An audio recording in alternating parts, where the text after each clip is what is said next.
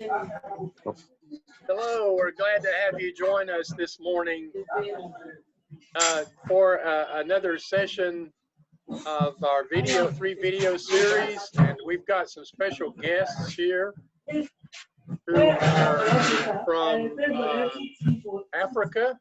They represent our leadership team in Africa, and I'm going to ask them a favor. If you would, please mute your microphone so we don't hear any background noise until it's time for you to speak, okay? Would you do that? Good, thank you very much. And so we're looking forward to hearing from Africa some thoughts about racial injustice and some issues that we're dealing with here in the United States. And I'm excited to have with us this morning Kassim Kabia, who is our National Director for Africa. He was the first connection that I had with our ministry in Africa. He's from Sierra Leone. And our other guest is Denish Otuoma O. And Denish is from Nairobi, Kenya. And we hopefully will have one other guest that'll be joining us a little bit late here, Bishop George Oyuko, who is from Homa Bay, Kenya. And these three gentlemen represent PowerPoint Ministries leadership team in Africa. And I'm so glad to have them with us this morning to be able to talk about a very, very important topic. We have titled this series "How to Lead with Love," and my conviction is that we have a great need, especially in a pandemic, in the middle of a pandemic, and now for us with racial tensions, to have especially Christian leaders who will step forward and lead with love. And I know these gentlemen intimately. I've been in contact with them and a discipleship relationship for well over a year with them, and I know these are men of God. They love the Lord. They love people, and they're each leading not only people in their own church, but other ministries, other pastors, so I'm eager to hear some of their thoughts about what it means to lead with love. So let me just ask Kassim, if you would unmute yourself there. I'd like to just ask you a couple of questions here and have you respond for us. Tell me what you have heard about the racial protests in America. Yeah, thank you very much, Coach. I'm very much appreciative of your work. Of course, we've had a lot of protests on the racial activities in America. Very unfortunate at the point of fighting the COVID-19. We are preaching social distance. We are having protests, people coming very, very closer and protesting against racist. It is unfortunate. Of course, we heard of a black guy whom a cop pressed by the neck and led to his death. As a result of that, people all over America, most of the states, came out and protesting against the act of the policeman. I understood that other policemen were around watching this guy being killed, being choked. He cannot breathe, and at the end of the day, he lost his life. That is very, very unfortunate, really. So yeah. It's like, yeah. So it sounds like you have a pretty accurate picture because this particular incident was caught on videotape. The whole thing was caught on videotape. It's undeniable what happened. So okay. It's one of those situations where There's no excuse. It happened, and so let me ask you this. It is, as I said, it's generated a lot of hurt and a lot of anger and frustration, and in America. And I just wondered if you would share with us what your thoughts are about racial injustice. I'm sure maybe you've experienced similar things in Africa at times. Just share with us kind of what your thoughts are about racial injustice. Yeah, of course. To be honest, myself personally, I have not come across such things.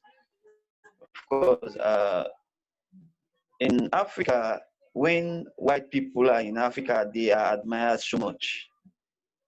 It comes even to the level that people want to church them. It's rather unfortunate when you get African people in this part of the world, America, and part of the other parts, where the white people are a lot. We are hearing these differences. But in Africa, it's hardly for you to see an African exercising racist against an European or an American person. It's hardly to see that. So personally, I have not come across that. I've gone through that because there are not much people that I am living with that. Yeah, I think you are still getting me, right? Yes, Can you get me now? I can hear you. All right. So it's like that. All right. So personally, I have not got that experience yet. Okay, that's good. I didn't. It's good to know. Good to know that that's the case. Um, let me let me just share with you kind of some of what we've learned along the way here. One thing is that Okay. there are different kinds of prejudice, and there's different kinds of racism that we've identified here. One is what we call intentional racism, and that is like, I don't know if you've heard about the Ku Klux Klan in America, which is a white supremacist group, and they're blatantly racist. They don't try to hide it. They're just Okay. angry, and they just that's kind of the worst level of racism. And then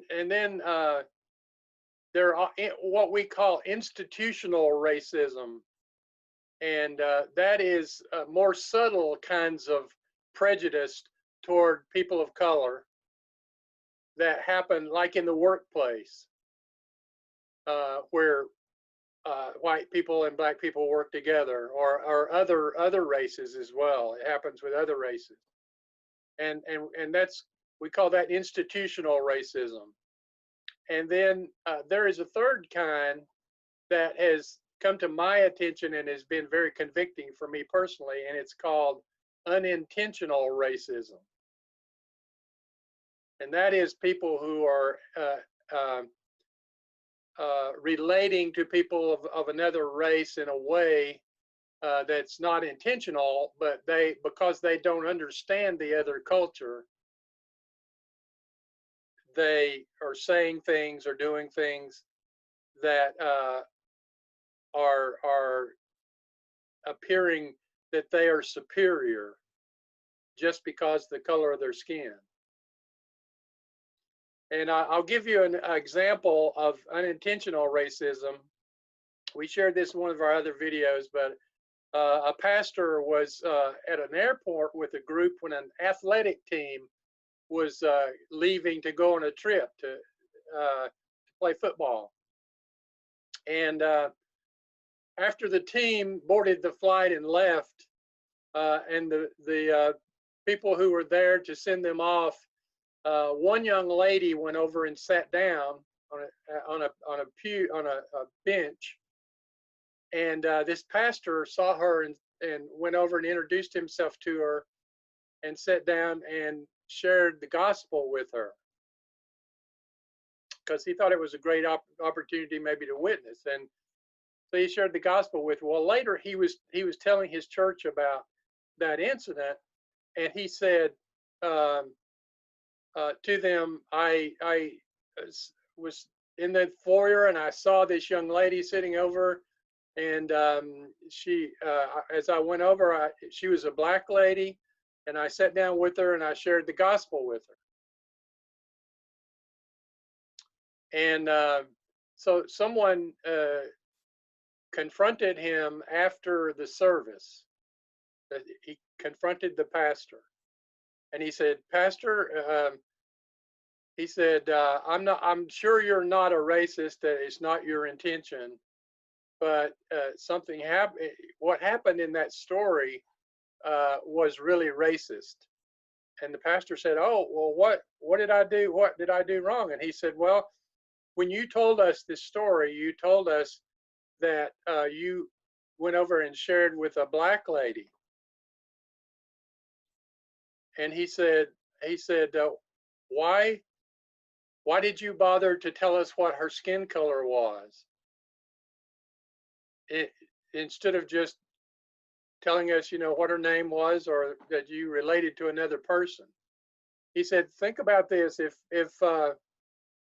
you went over and that person sitting on the bench was a Caucasian, would you have introduced her the same way? Would you said there was a Caucasian lady sitting over on the bench? And of course he was shocked because he would never, white people here would never introduce another white person because of the color of their skin. Does that make sense? Yes, it do make sense.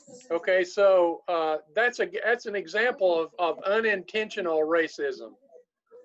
And what we're learning from all of this is that God is teaching us, and especially the Caucasian population, that even unintentionally sometimes we can do and say things that are hurtful to other people. And I've kind of coined my own definition of racism. It's doing something or saying something that is hurtful to someone else. And the truth is, it's hard for us to understand because only a person in America who is black can understand the pain and the hurt of the many times that they've experienced racism. And so sometimes we don't really understand it or realize it. So I'm thankful to God that He's giving. Although I'm sad that it took the death of a person to understand it, I'm thankful that the black man who died, his death is not in vain, because a lot of people. Oh yes. A lot of people are waking up and learning, how terrible, racism can be. So let me ask you this, Kassim. We've talked about the solution being leading by love. Now that we're dealing with the aftermath of this tragedy, we're trying to help one another understand as leaders how we should be dealing with it. So share with me some thoughts about how God is using natural discipleship to help you lead with love in Africa. Yeah, thank you very much. Yeah, natural discipleship have helped us a lot, not only alone. Since we met sometimes, I'm able to realize that love covers everything, right? Thank God that the topic for this year is everyone deserves to be loved. like you foresee this thing coming, that there'll come a time in America we are to preach love. So everybody deserves to be loved, whether you are white or you are a black. We are all from God. Just like I appreciate you for that topic. Definitely knowing these four key areas, these four key questions helped me a lot that I should use love in everything I am doing. Where did I came from? Where did the black man came from? Where did the white man came from? Are we from God? Are we with me? Who am I? Right? Why am I here on earth? Am I here to separate God's people? People who came from God? The black man came from God, the white man came from God. Am I here to separate them or to bring them together so that at the end of the day we'll have a single father, a single home, a place to live in heaven? Then where am I going? These four questions really helped me a lot to know that we are not here because we want to be here. We are here to fulfill the purpose at which God created us for. Using love. Using love. In 1 Corinthians chapter 16, okay, let me say 1 Corinthians chapter 13, verse 4. It says, love is patient and kind. Right? Love is patient and kind. Love is not jealous or boastful or proud or rude. It is not a demand on its own. It is not a demand on its own. I want this, I want that. But what? It is not a demand on its own. It is not irritable, or it keeps no record of being wronged. Right? It is not rejoice about injustice or rejoice whenever the truth wins out. Love never give up. Love never lose faith. It is always hopeful and endures through every circumstance. Good. With natural discipleship, I'm able to discover this, that with love, whatever happened in my life, I have to cover it. The love I have for God, the love I discovered that God has shown me in John 3:16. For God so loved the world that He gave His only begotten Son. So because God loves me, loves the world, He sent Jesus to die for us. And the same love God wants us to disseminate, to show to other people. In John 15:9-10, say, the Father loves me, so I love you. Because God loves me, therefore I should love you. So discovering love from the natural discipleship perspective, I'm able to show this love to others. And this same love I am selling to others, Americans, whether you are white, you are black. Let's use love to cover everything. Whether the black is not doing the right thing or is doing the right thing, whether the white is not doing the right thing or the right thing, what we have to do, we have to show love. When we show love, then we correct the wrong thing these people are doing in love. We correct them with love. With love, we are able to change the world. We are able to win the world. Oh, that is great. That is great. Love can change the world. And boy, that's a message you just shared. That is great. I really appreciate your thoughts there. Let me go to Denish. And Denish, tell me, in Nairobi, what have you heard about the racial protests in America? Oh, thank you, brother Geoffrey, for this opportunity.